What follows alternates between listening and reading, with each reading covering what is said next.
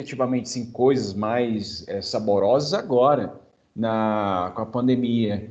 Que aí eu comecei a cozinhar. Agora a cozinha é minha. Aí eu tenho que cozinhar final de semana para minha esposa, dia de semana toda, ao longo dos dias todos.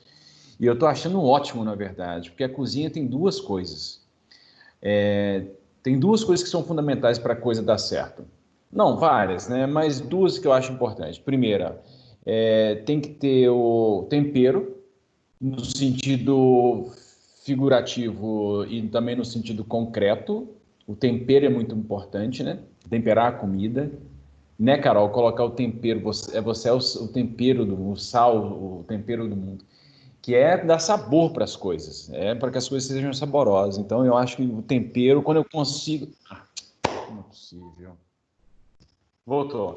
Deu uma saidinha aqui rapidinho, mas voltou. Desde aquele Não, dia tava caótico... normal. Ah, tá. Desde aquele dia caótico lá, graças a Deus não deu problema mais. Mas eu estava dizendo que é o seguinte, o tempero ele é fundamental para justamente dar sabor para as coisas. E tem uma outra coisa que é muito legal, que é muito importante, que é o tempo. É você dedicar um tempo da sua vida para alimentar outra pessoa. Então é uma coisa sagrada, sabe? E aí eu tô aprendendo, tô batendo, dando uma cabeçada pra caramba, mas na medida que o tempo tá passando, eu tô conseguindo fazer comida cada vez mais saborosa. E assim, e no momento que eu tô cozinhando, é legal porque, tipo assim, você esquece de rede social, esquece de outras coisas, porque você tem que ficar concentrado ali, tem que ficar manuseando um monte de panela ao mesmo tempo.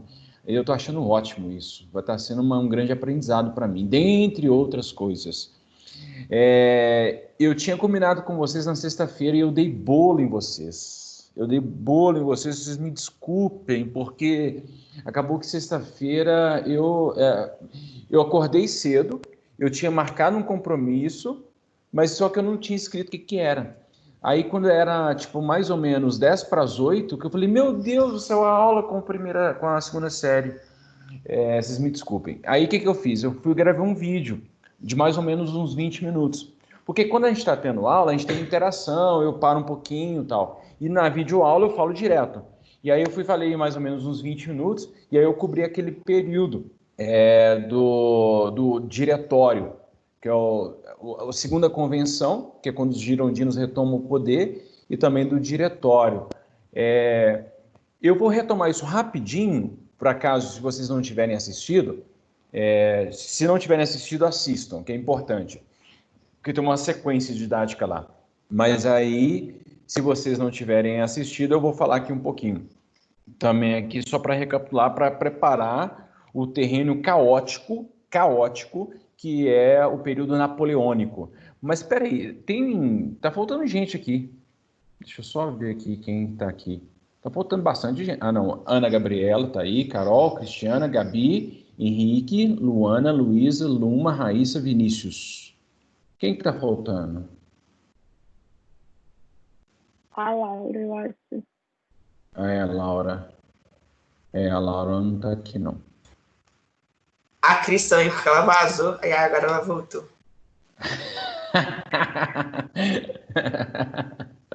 A Cris tá com uma voz... Querido, eu estou aqui há muito tempo já. É que eu não queria te interromper quando você estava falando. A Ana Gabriela, que acabou de sair. Olha só, eu vou... Então, deixa eu ver aqui. Deixa eu só conferir aqui o meu Conexa rapidinho. Eu estou dando 787 mil aulas, e aí eu tenho que pegar o fio da meada de novo. Na última postagem, do dia 8/6, nós teremos também aula amanhã. Então, eu coloquei aqui na postagem do dia 8, na segunda-feira, eu coloquei um vídeo explicando a República Jacobina e o diretório. Engraçado, eu chamei de República Jacobina, mas era Girondina. Coloquei lá os slides e coloquei as orientações do trabalho, tá? E aí, o meu pedido é para que vocês fizessem ou dedicassem o tempo para a atividade para fazer as pesquisas. Alguma dúvida em relação ao trabalho? Vocês sabem o que vocês têm que fazer? Tem alguma orientação a mais que vocês gostariam que eu colocasse lá? antes que vocês me respondam, eu gostaria de começar as apresentações já na semana que vem. É possível?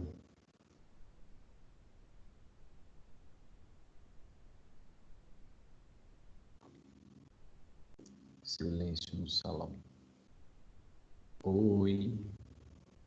É possível fazer a apresentação semana que vem? Não sei, tem que ver. Não sei. Eu acho que se a gente... Pô, vocês não fogem de mim não, que eu vou bater em vocês. Cambada. Pode ser. Gente, olha só, é o seguinte, eu gostaria que você que fizesse semana que vem, para ter uma consistência em relação ao conteúdo. Só que eu não estava esperando que a gente tivesse um feriado amanhã, porque eu estava contando com a aula de amanhã para eu terminar, avançar o máximo possível com o Napoleão, e aí eu faria uma outra videoaula para terminar o Napoleão na segunda-feira. Então, para eu ter certeza que a gente vai conseguir terminar o Napoleão, eu vou deixar então a apresentação para começar na quinta-feira, não na quarta, na quinta-feira da semana que vem. E eu vou colocar essa instrução para vocês lá no Conexa também. Então, a ordem da apresentação é a ordem que está lá, tá? Então, na quinta-feira, na verdade, vocês têm que estar prontos. E eu gostaria de saber que todo mundo tem microfone, ou pelo menos um membro do trio ou dupla tem microfone, né? Então, vocês vão partilhar comigo. Só que vocês vão ter que mandar a apresentação para mim. Aqueles que não quiserem mostrar a face, mande a apresentação para mim. Aí eu pego a apresentação, compartilho aqui enquanto vocês estão falando, quando a pessoa está falando, tá? Vai ter uma outra coisa importante. Na apresentação, vai ter uma ficha de autoavaliação do seu trabalho.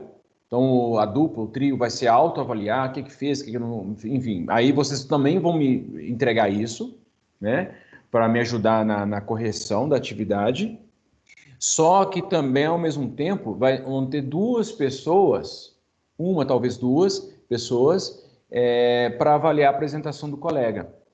A apresentação do colega vai ser um comentário positivo, alguma sugestão, tal. E eu vou sortear. Então, por exemplo, a Cris, a Luma e a Laura apresentaram. Enquanto elas estão apresentando, a outra galera está lá assistindo, tal. Aí, no final da apresentação das três, eu vou sortear aqui. Aí, por exemplo, eu sorteio a Ana Gabriela.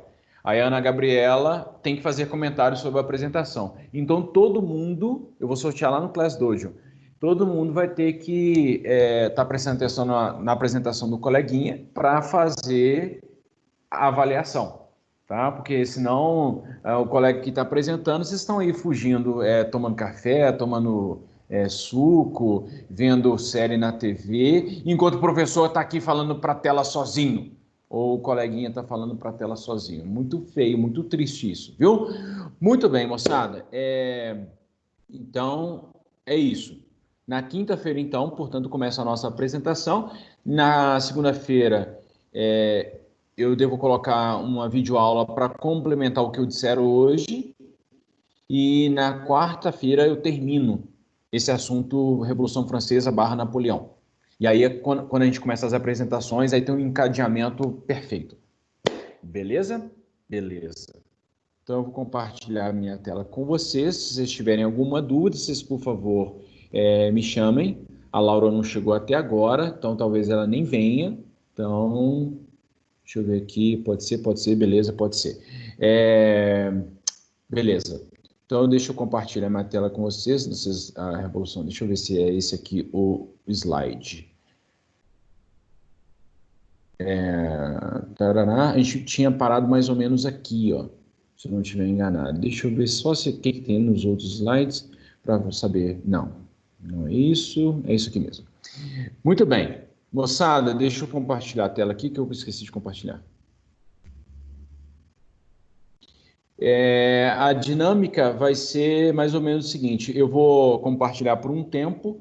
Quando eu estou compartilhando em tela grande, eu não consigo ver a hora. Então, eu vou falar o máximo que eu puder, e aí, depois, assim que eu acabar, eu vou voltar e aí eu vou fazer perguntas para vocês, tá? Para saber se vocês estão prestando atenção. Muito bem. Sim.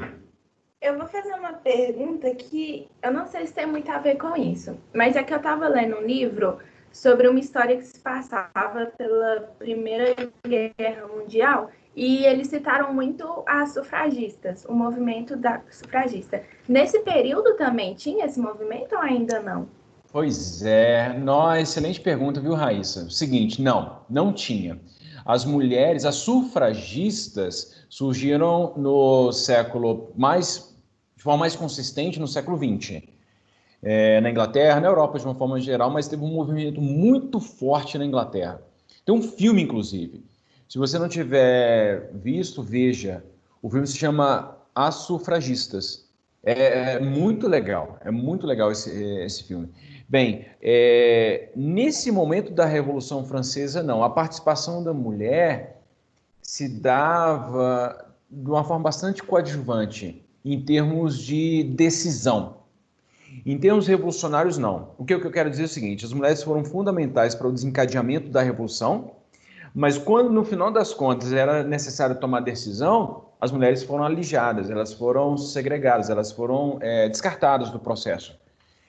Algumas mulheres eventualmente participaram de algumas coisas, mas por causa da sua influência econômica, influência cultural e social, do que efetivamente política. Então, muitos clubes literários aconteciam nas casas de mulheres ricas, e mulheres ricas participavam desses clubes literários. Mas, no final das contas, quando o processo se consolidou, o processo revolucionário se consolidou, as mulheres ficaram mais como coadjuvantes. Em todo esse período, por exemplo, dos jacobinos, girondinos, depois do Napoleão, quase não há uma participação das mulheres em termos de protagonismo político. É claro que a mulher continua tendo bastante relevância em muitos outros aspectos, da ciência, da educação, da sociedade de uma forma geral, do trabalho e por aí vai. Só que os homens, o que é engraçado é que a Revolução Francesa, ela configura o mundo em que vivemos, mas para o bem e para o mal.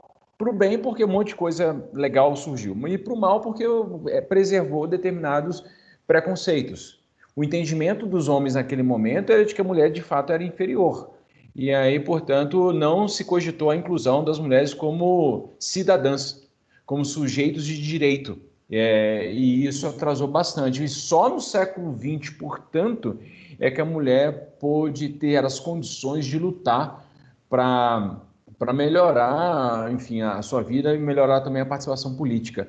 Mas no século XIX já há um movimento de mulheres muito interessante, mulheres que fazem greve, mulheres que trabalham em fábricas, fazem reivindicações, enfim. A gente costuma dizer que em história, nenhum fato histórico ele é completamente neutro ou isento de nenhuma influência. Todos os movimentos sufragistas, os movimentos feministas do século XX vão beber em lutas anteriores. Por exemplo, a Olympe de Gouges, eu não mostrei para vocês o livro, né? A capa do livro. Daqui a pouco eu vou lá rapidinho, eu vou pegar no finalzinho da aula, eu mostro para vocês o Olympe de Gouges. E se eu esquecer de mostrar, vocês me avisem para eu mostrar. Mas Olympe de Gouges, por exemplo, é uma mulher que hoje nós chamaríamos de feminista, porque ela estava lutando pela igualdade de direitos entre homens e mulheres. Mas naquela época não se chamava assim. Era uma intelectual que estava lutando pelo seu lugar ao sol. E estava lutando por umas coisas muito interessantes, porque, por exemplo, a Olympe de Gouges, que foi também guilhotinada, um pouco tempo depois da Maria Antonieta, ela escrevia peças de teatro, escrevia um monte de coisa, mas tinha uma luta específica, tinham duas lutas delas muito interessantes, que era, primeiro, o direito de reconhecimento de cidadania, o reconhecimento social das mães solteiras. As mães solteiras eram extremamente discriminadas. Pessoal, se vocês puderem fazer um favor à vida de vocês, eu quero me dar um presente na vida. Eu vou recomendar um presente para vocês, que é ler o livro Os Miseráveis. Eu recomendei, a gente vai fazer um trabalho com a versão adaptada, que é uma versão bem rápida de ler, que era um livro didático, paradidático recomendado. Vocês não sabiam ainda porque a gente publica os livros. Você comentou com a gente, você até mostrou o livro, que se alguém tivesse tempo antes o grandão, das férias, né? para já começar a ler. O grandão, eu não sei se era grandão, você tinha mostrado um pequeno, assim, que era uma releitura, eu acho, sabe? Então, a gente vai fazer um trabalho sobre Os Miseráveis, que é adaptado e traduzido pelo Valci Carrasco. O Valci Carrasco é autor de novela, enfim. Aí ele fez uma adaptação muito bonitinha, muito legalzinha, muito fácil de ler. Vocês leem assim em 2 horas o livro. E ele é gostoso de ler. Só que a versão original do Victor Hugo tem 1.500 páginas. E é um livro, assim, maravilhoso, é impressionante. E você consegue ler, você consegue compreender a sociedade francesa do século XIX lendo Os Miseráveis. É espetacular, é de tirar o fôlego. O problema todo é o seguinte, como eu conheço a história, eu pesquisei muito sobre o século XIX, principalmente na França e na Alemanha, na medida em que eu estou lendo o livro, eu começo a chorar. E aí eu não estou tendo, nessa pandemia, eu não estou tendo muita... Eu não posso me submeter muito a situações em que eu fico chorando, porque aí eu não paro. Então está sendo muito doloroso para mim, para ler a versão original. Mas por que eu estou falando dessa história toda? Porque uma das principais personagens do livro, que é a Fantine, é mãe solteira. E a desgraça da vida dela é justamente o fato dela ter que abandonar a filha dela, a Cosette. E é de uma tristeza sem fim, sem fim. Assim, não tem como descrever para vocês. E aí o conceito é esse mesmo, a desgraça que a vida da mulher se torna justamente porque ela é mãe solteira, porque ela teve uma relação com um homem rico. E aí o homem rico a abandonou. Ela era muito bonita, e o homem rico a abandonou, e aí ela não teve mais como ter contato com esse homem rico, ela teve que criar a filha sozinha, e aí ela acaba tendo que migrar para o sul da França. Só que se ela chegasse na cidade com a filha no colo, ela não conseguiria nenhum emprego, ninguém a receberia. A Olympe de Gouges, que era uma feminista, entre aspas, da Revolução Francesa, uma das coisas que ela mais lutou é justamente o reconhecimento social das mães solteiras. Porque os homens tinham muito poder físico, poder político e influência econômica, etc. Os homens tinham, muitas vezes, forçavam, sei lá, tinham uma relação com as mulheres tinham os filhos e os homens simplesmente abandonavam. E aí era muito comum essas mulheres deixarem os seus filhos na roda dos expostos. O que era isso?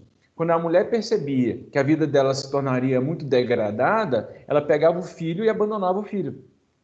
Inclusive, por exemplo, até hoje, numa situação bem diferente, mas é muito comum não, mas direto e reto a gente ouve histórias de mulheres que abandonam seus filhos. Por falta de suporte social, falta de suporte psicológico, por aí, N motivos, né? Mas isso tem uma longa herança de mulheres abandonarem seus filhos porque não conseguem criá-los, porque a sociedade vai julgá-los, etc, etc. Muito bem. A Olympe de Gouges, no século XVIII, já estava lutando contra isso, para acabar com esse preconceito em relação às mães. E uma outra coisa que a Olympe de Gouges lutava também é pela abolição da escravidão. Porque a abolição da escravidão, os jacobinos defenderam e as classes mais populares também defenderam a abolição da escravidão. Os girondinos não defenderam, a nobreza menos ainda, os padres menos ainda. Então foi uma controvérsia ali e que só se resolveu tempos depois, a abolição da escravidão. Mas a Olympe de Gouges, então, é um grande exemplo de influência sobre outras lutas que se seguiram depois. Então as sufragistas, com certeza, beberam em águas anteriores, em lutas que aconteceram no século XVIII, século XIX, enfim. Mas não há influência direta, assim, substancial, direta, Há influências indiretas. Bem, é isso. quando vocês me fazem pergunta, eu começo a viajar de uma forma assim, vocês me desculpem pelos meus desatinos aqui. Muito bem, voltando ao nosso ponto do conteúdo especificamente. Eu tinha parado nesse slide, a última aula que a gente tinha tentado ter foi sobre os jacobinos que tinham tomado poder e subiram o poder ali logo depois da revolta da Vendéia. A revolta da Vendéia foi um movimento popular contra a Revolução. Existiam padres que não concordavam com a Revolução, então eles queriam acabar com a Revolução, e camponeses que não haviam sido beneficiados com as coisas positivas feitas pela Revolução. Então, esses camponeses se revoltaram também contra os revolucionários, e aí, no final das contas, o governo girondino, a República Girondina, ficou bagunçado. Os jacobinos sobem ao poder, e quando sobem ao poder, fazem uma perseguição terrível contra os inimigos da Revolução. Eles criam o chamado Comitê de Salvação Pública. Esse Comitê de Salvação Pública era um grande tribunal, e esse tribunal era sustentado pela lei dos suspeitos. A lei dos suspeitos é o seguinte: eu denunciava meu vizinho, e muitas vezes sem julgamento, o Comitê de Salvação fazia julgamento só para inglês ver, fazia julgamento igual o julgamento nazista. A pessoa ia lá, mas ela sabia que ela ia ser condenada, só por questões formais, mas efetivamente ninguém era salvo. Então, quando você fosse para o tribunal, você seria automaticamente condenado. E aí, grande parte, mais de dezenas de milhares de pessoas foram condenadas nesses tribunais. E aí, no final das contas, instalou-se uma coisa que foi conhecida como terror, ou terror jacobino, né? O terror foi a grande perseguição aos inimigos da Revolução, e Robespierre liderou isso. Paradoxalmente, Robespierre, justamente devido a essa perseguição aos inimigos da Revolução, a uma perseguição irracional, os jacobinos foram, no final das contas, se instabilizando e acabaram sofrendo um duro golpe feito pelos girondinos. No dia 27 de julho, eles combatem, né, a guerra, a luta ali. Os girondinos conseguem vencer os jacobinos e aí adentram os palácios ali governamentais, prendem Robespierre e Saint-Just, que eram os maiores líderes dos jacobinos, e no outro dia, no dia 28 de julho, eles são guilhotinados. Então, nesse momento, a convenção chega ao fim. Então, a convenção ela durou ali de 1792 a 1794, inicialmente com os girondinos, depois com os jacobinos. E aí, quando acaba a convenção, começa o diretório. A passagem da convenção para o diretório se dá por meio de um ato revolucionário conhecido como reação termidoriana. Por quê? Porque Termidor é o mês ali, julho, agosto, em que se deu a revolta, tá? Então, os girondinos vão para o poder. O diretório é um período que vai de 1794 a 1799. Quem governa o diretório são os girondinos. Agora, efetivamente, o que representou isso para a França ou para a população francesa? Crise, instabilidade. Por quê? O povo mais pobre passou a reivindicar, passou a fazer muito protesto, muita revolta para que o diretório fosse mais popular e resolvesse as questões econômicas e financeiras. Por outro lado, o diretório tinha que enfrentar inimigos externos. Existiam ainda exércitos contra ligas, né, coligações absolutistas que queriam acabar com a Revolução. Então, exércitos da Prússia, da Prússia ainda não, mas do Sacro Império Romano Germânico, que incluía a Áustria e tal, exércitos então, estrangeiros se organizavam para tentar acabar com a Revolução Francesa. Então, a França tinha que gastar muito dinheiro, o diretório teve que gastar muito dinheiro com as rebeliões internas e com as guerras externas. Bem, e por que foi chamado de diretório? Porque o governo era formado por 5 diretores que eram eleitos por quem pudesse votar, tá? Neste momento, Diga. Bom, Edmar, você falou que para entrar no diretório eram as massas populares que queriam, né? Tipo, sei lá, as pessoas mais pobres. Você falou isso? Quem tá falando é a Laura ou a Carol? Carol. Ô, Carol, não. Não, é o seguinte. O diretório exclui as massas populares. Ah, tá. É porque eu vi isso, aí você falou que as massas populares queriam, aí. Sei lá, eu entendi Não, isso. não. Enfim, continua. Então, desculpa. Se foi eu que disse alguma coisa assim, você já me desculpa de antemão. Mas basicamente é o seguinte: o diretório foi governado pela alta burguesia. E a burguesia, então, alijou, excluiu as massas populares. E justamente devido a essa exclusão, que as massas populares vão se voltar contra os diretores, a alta burguesia, os girondinos. Há muitas revoltas internas nesse momento, portanto, feitas pelas classes populares. E aí, então, o diretório teve que administrar aí, por 5 anos, 4 anos e pouco, grandes instabilidades internas e também lutas externas. E como a coisa não se resolvia, a situação econômica não melhorava, a situação social não melhorava, foi criando uma instabilidade terrível no governo diretório. E na mesma medida, no mesmo momento, no mesmo instante em que o diretório está sofrendo essa instabilidade, por outro lado, a figura de um sujeito de 1,60 m e poucos está crescendo. Essa figura é do Napoleão Bonaparte. Então, o Napoleão Bonaparte está surgindo como um general, ele já era general, então ele está surgindo, está se destacando nas campanhas militares que ele está fazendo como um grande líder, um grande estrategista, um grande conhecedor de geografia, um grande conhecedor de guerra.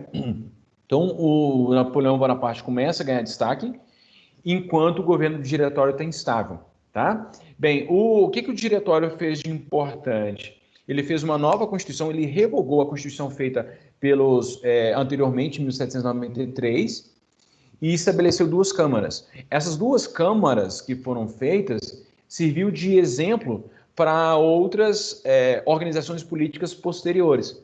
Até hoje, grande parte dos países, sejam eles repúblicas, sejam eles monarquias parlamentares, tem 2 câmaras, a Câmara dos Deputados e a Câmara do Senado, né? O Senado e a Câmara dos Deputados. E essa organização bicameral, ela é muito importante porque ajuda a modular os poderes, porque evita abuso. E esse equilíbrio de poder foi aquilo que foi sonhado e foi teorizado pelo Montesquieu, que é o grande pai aí dos 3 poderes, o cara que sistematizou como que funcionaria o poder executivo, legislativo e judiciário. Portanto, na Constituição de 1795, 2 girondinos do diretório, eles estabelecem 2 câmaras. Alguns jacobinos chegaram a participar também do governo, mas a maioria esmagadora dos jacobinos ficou fora do governo. Fez uma terrível oposição ao diretório. Foram perseguidos e muitos foram mortos. Chama-se a perseguição contra os jacobinos ao terror branco, ou terror girondino. Tá? Os jacobinos haviam tornado o sufrágio o voto universal. E aí, então, os girondinos revogam isso, e o sufrágio, então, é limitado. O sufrágio, que é o voto, se torna censitário. Então, medidas mais radicais são anuladas. Os monarquistas, percebendo que o diretório estava mais próximo deles, os monarquistas tentam dar um golpe. Então, percebam que o governo é totalmente instável. O povo está fazendo um monte de reivindicações, conflitos externos, e a alta classe, a aristocracia francesa, tentando tomar o poder. E aí, portanto, eles vão ter que ser muito duros. Neste momento, em 1796, surge um movimento muito interessante, que ficou conhecido como Conspiração dos Iguais, que foi o primeiro movimento de cunho socialista. O Graco Babeuf, meu francês é maravilhoso, muito obrigado de nada. O Graco Babeuf, ele vai liderar um movimento que ficou muito mais na teoria do que na concretude, mas eles chegaram a publicar um documento, que é esse documento aqui, Le Déficit do Direito do Homem, e esse documento ele prega a igualdade social e econômica.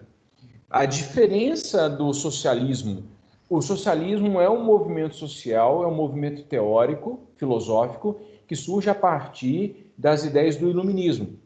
O socialismo é um filho do iluminismo. E como tal, ele bebe em muitas coisas revolucionárias do iluminismo, mas ele dá um passo além. Porque o iluminismo, de uma forma geral, prega a igualdade de direitos ou a igualdade jurídica, prega a fraternidade entre as pessoas, mas o iluminismo não acreditava, iluminismo / liberalismo, não acreditava na igualdade social. O socialismo acredita. Tanto o liberalismo quanto o socialismo são filhos do iluminismo, tá? Enquanto o liberalismo prega em livre iniciativa, a meritocracia, o socialismo prega a igualdade econômica e social.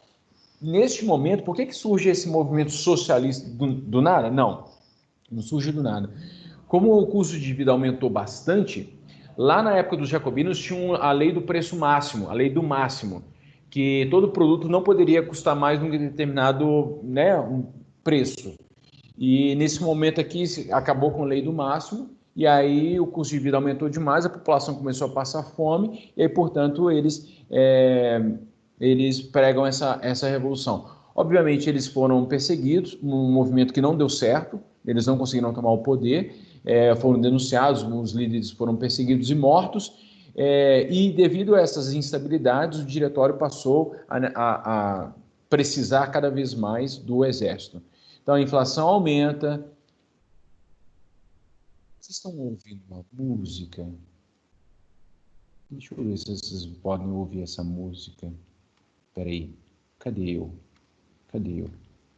Deixa eu descompartilhar e compartilhar de novo. Vamos incluir áudio do sistema.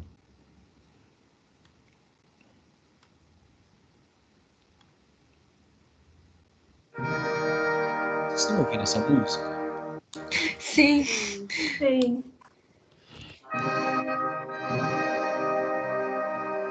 Essa música é do Mozart. Inclusive aqui nos slides eu vou colocar, não sei se eu já coloquei para vocês, tem aqui um hiperlink que você pode ser, vai ser remetido ao vídeo. Para estudar é ótimo, viu, pessoal? Mas a ópera do Mozart se chama Flauta Mágica, é uma grande exaltação à Revolução Francesa, aos ganhos da Revolução Francesa. Bem, antes da gente chegar no Napoleão e antes da gente detalhar um pouco mais sobre a flauta mágica, é importante dizer que o governo do diretório, ele foi muito instável, né? E aí, no final das contas, como o diretório não conseguia resolver o problema, o que eles fazem? Chamam o Napoleão, convencem Napoleão de dar um golpe. E o Napoleão dá esse golpe no dia 9 de novembro de 1799. Esse golpe ficou conhecido como 18 Brumário, né? Brumário é o mês das brumas, ali então, e no calendário cristão é no dia 9 de novembro. E aí ele sobe ao poder como imperador? Não. Nesse momento aqui ele apenas ele compõe primeiro como governo ali provisório, e aí depois ele vai ocupar como cônsul. Mas existiam outros dois cônsules, né? Depois ele vai se tornar primeiro cônsul, e aí depois ele vai se tornar imperador. Então é um longo caminho. Mas Napoleão sobe ao poder em 1790 e vai mudar para sempre a história da humanidade. Para sempre. Inclusive a nossa. A nossa história, de uma forma geral, vai ser bastante mudada por Napoleão Bonaparte. Aquele jovem, morreu com 50 e poucos anos, mas o Napoleão, por 2 anos, na verdade, ele não seria italiano. A língua materna de Napoleão era o italiano. Por quê? Porque ele nasceu na ilha de Córcega. A ilha de Córcega era uma ilha italiana, pertencia a um reino italiano, e foi tomada pela França 2 anos antes de Napoleão nascer. Os irmãos mais velhos de Napoleão nasceram como italianos, e Napoleão só nasceu francês por uma mera questão histórica ali. Bem, essa imagem é muito impressionante, que é o Napoleão lá no Egito. O Napoleão tinha um fascínio pelo Egito. Agora, não era pelo Egito especificamente. Napoleão tinha um fascínio por César, porque César, o imperador romano, né, o primeiro imperador romano, foi até o Egito, se casou com a Cleópatra, teve um filho com a Cleópatra.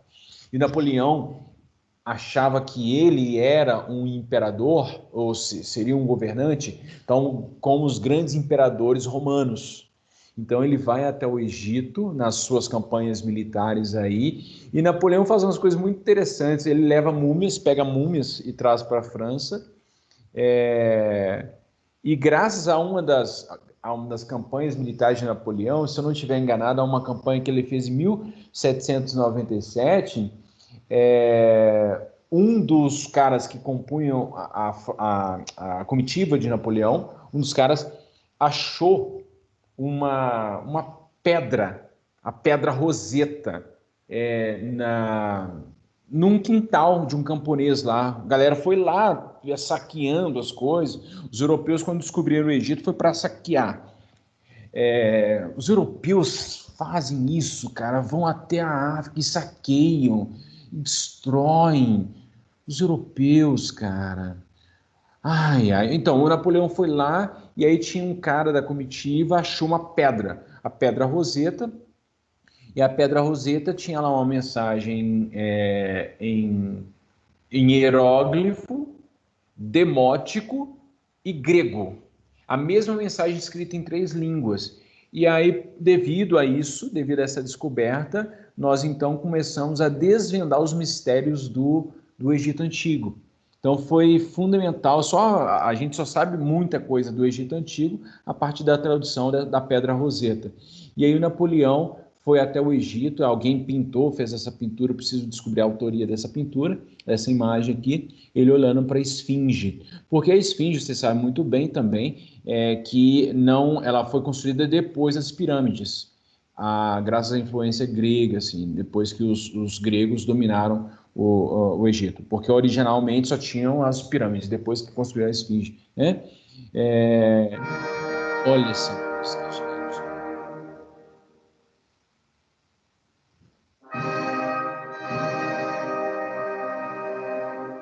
Que beleza, viu, gente?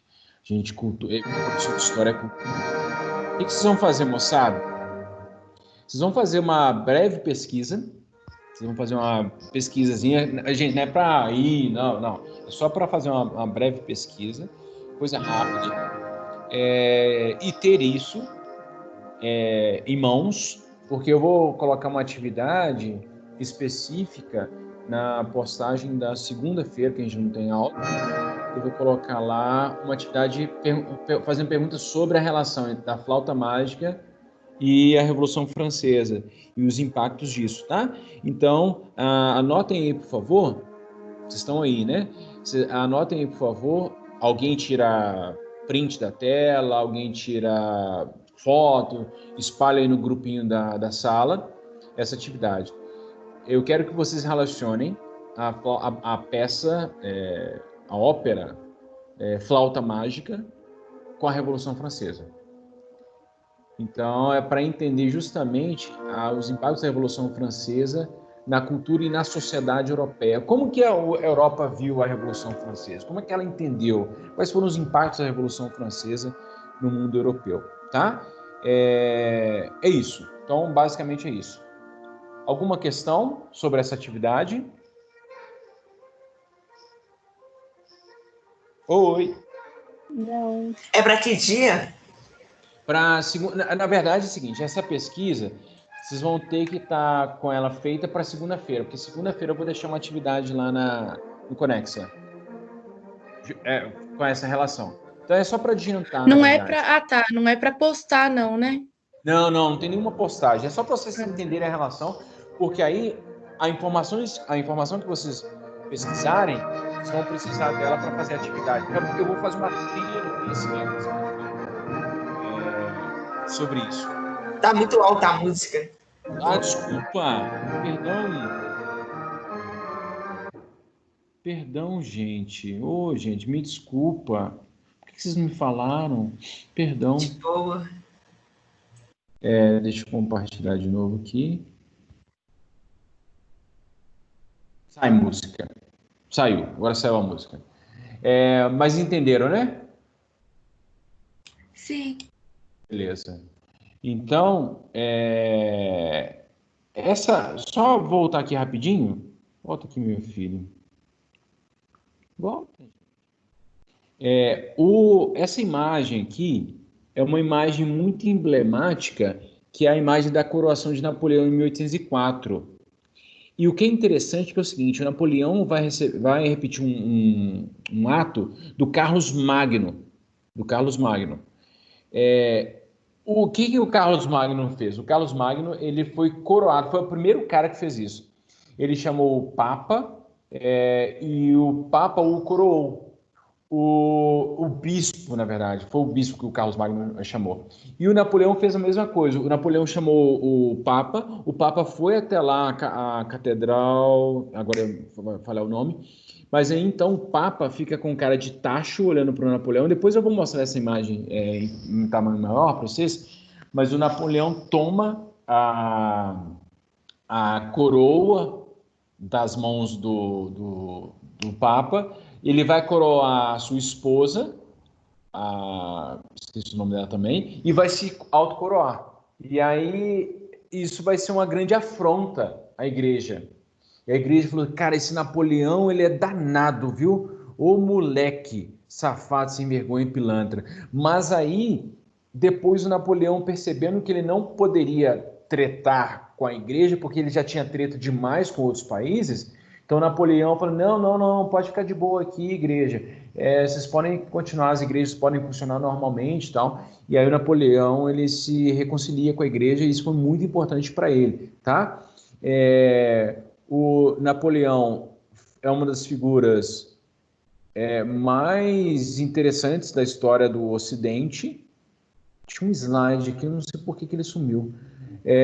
Muitas pessoas, ficou no nosso imaginário a história da posição que Napoleão perdeu a guerra. Segundo as más e as boas línguas, Napoleão tinha inflamação nas hemorroidas. E aí, devido a isso, Napoleão não podia ficar muito tempo sentado no cavalo. E aí ele tinha que ficar naquela posição inclinada, como os jockeys ficam hoje, né? Quando o jockey vai na corrida, ele não fica sentado, ele fica meio que ajoelhado no dorso do cavalo. Então o Napoleão fazia assim também, ele ficava ajoelhado no dorso do cavalo, então ele ficava naquela posição de 4, né? E aí acabou que ele perdeu a guerra, então consagrou-se no imaginário cultural perverso do Ocidente que essa posição é a posição de que Napoleão perdeu a guerra. Mas o Napoleão ele é sempre representado como esse grande imperador, ele mexeu no imaginário, o Hitler gostava muito de Napoleão. Aliás, as grandes figuras políticas do século XIX e XX vão se espelhar em Napoleão devido a toda a mística. E uma coisa muito interessante que não existe mais, mas ao longo do século XIX e século XX, muitas pessoas dadas como loucas, muitas pessoas internadas em hospícios se diziam que eram Napoleão Bonaparte.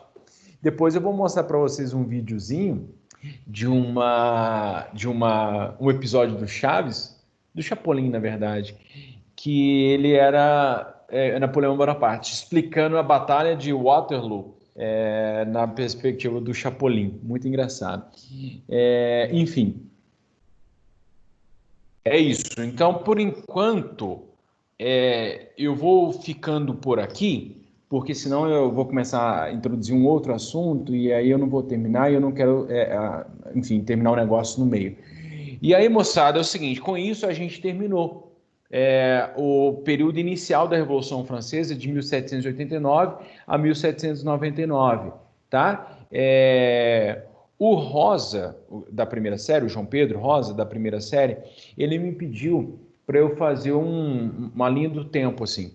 Eu vou fazer também essa linha do tempo para vocês, com os principais acontecimentos, um slide só. Eu vou colocar para vocês lá no Conexa da postagem da segunda-feira, com os principais eventos de 1789 a 1799, e aí vou gravar uma videoaula sobre Napoleão Bonaparte, de uns 15 a 20 minutos, para vocês também degustarem isso. e vou colocar uma trilha do conhecimento sobre os assuntos que eu abordei hoje. E aí, na quarta-feira da semana que vem, eu termino Napoleão, e aí, na quinta-feira, eu começo as apresentações. Fechado? Sim. Alguma dúvida, alguma questão? Não. Então tá, gente. Tá bom, gente. Então pode abrir o microfone aí, mandar tchau para mim.